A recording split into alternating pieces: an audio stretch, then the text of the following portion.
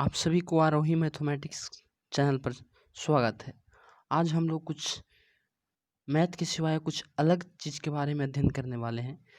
विश्व के प्रमुख स्थानों के और उनके भौगोलिक नाम के बारे में हम लोग अध्ययन करेंगे। दोस्त, हम लोग आज विश्व के प्रमुख स्थान एवं उनके भौगोलिक उपनाम के बारे में अध्ययन करेंगे और हम लोग बहुत बढ़िया से याद करेंगे उसको।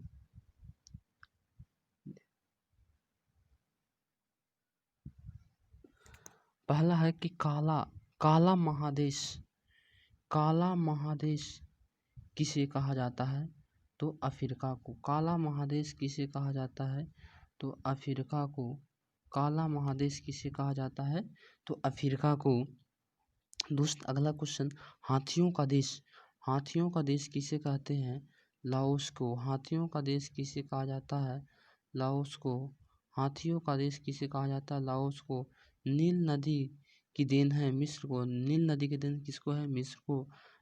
चीनी का कटोरा किसे कहते हैं? क्यूबा को। चीनी का कटोरा किसे कहते हैं? क्यूबा को। चीनी कटोरा किसे कहते हैं? क्यूबा को।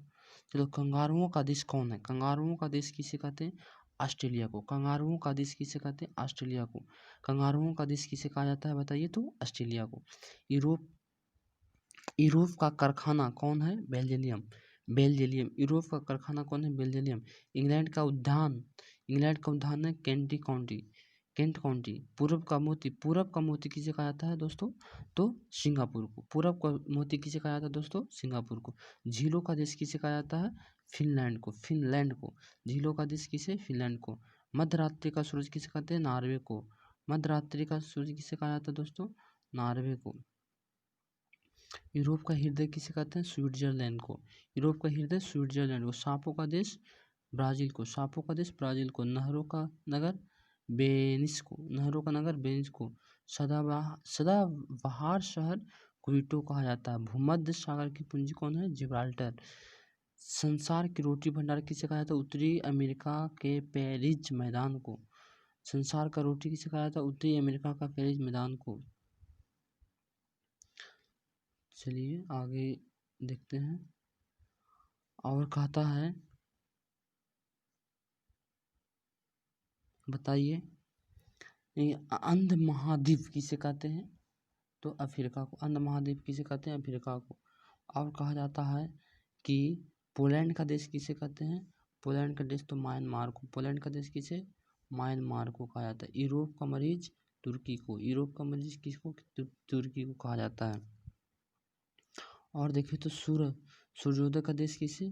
जापान को। सूर्योदय का देश जापान को। पवित्र भूमि एसरूलम को। अटलांटिकाओं का शहर न्यूयॉर्क को। अंपायर सिटी न्यूयॉर्क को। चीन का शोक हांग हो नदी को कहा जाता है। दोस्तों, तो इस प्रकार से कुछ हम लोग जीके को याद करेंगे बढ़िया से। आपके लिए मैं जीके का ऐसा बहुत जो अच्छा क्वेश्चन होता है, जो एग्जाम में आने होता है, उसको मैं आपके लेकर आऊँगा आपके लिए। और आगे चलते हैं हम लोग, और आगे कुछ बात हम लोग देखते हैं। देखिए, इस प्रकार से बात आपको दिखाई देगा। इस प्रकार से हम लोग अगला बात ये जानने वाले हैं कि प्रमुख पदाधिकारियों के पद ग्रहण करने की न्यूनतम आयु। जो कुछ पदाधिकारी होते हैं, उनका पद ग्रहण करने के लिए, मतलब उस अधिकारी बनने के लिए उनको कम से कम कितने वर्ष उम्र होनी चाहिए, ये हम लोग को पता करेंगे। अगर आपसे पूछा जाए कि राष्ट्रपति बनने के लिए कितने वर्ष की आयु चाहिए, राष्ट्रपति बनने के लिए कितने वर्ष की आयु चाहिए, तो क्या बताइएगा? 35 वर्ष। राष्ट्रपति बनने के लिए 35 वर्ष उम्र होना जरूरी है। उपराष्ट्रपति के लिए आपको भी 35 वर्ष होना जरूरी है। प्रधानमंत्री बनना है तो 35 वर्ष नहीं, आपको 25 वर्ष में काम चल जाएगा। 25 वर्ष आप हो गए हैं तो आप प्रधानमंत्री का उम्मीदवार बन सकते हैं, प्रधानमंत्री आप बन सकते हैं। लोकसभा जो होता है उसका अध्यक्ष, लोकसभा का अध्यक्ष जो है 25 वर्ष की उम्र से ही बनता है। लोकसभा का उपाध्यक्ष भी 25 वर्ष की उम्र से ही बनता है। लेकिन राज्यसभा का उपसभापति जो बनता है राज्यसभा में, वो आपको 30 वर्ष, राज्यसभा के लिए आपको 30 वर्ष होना जरूरी है।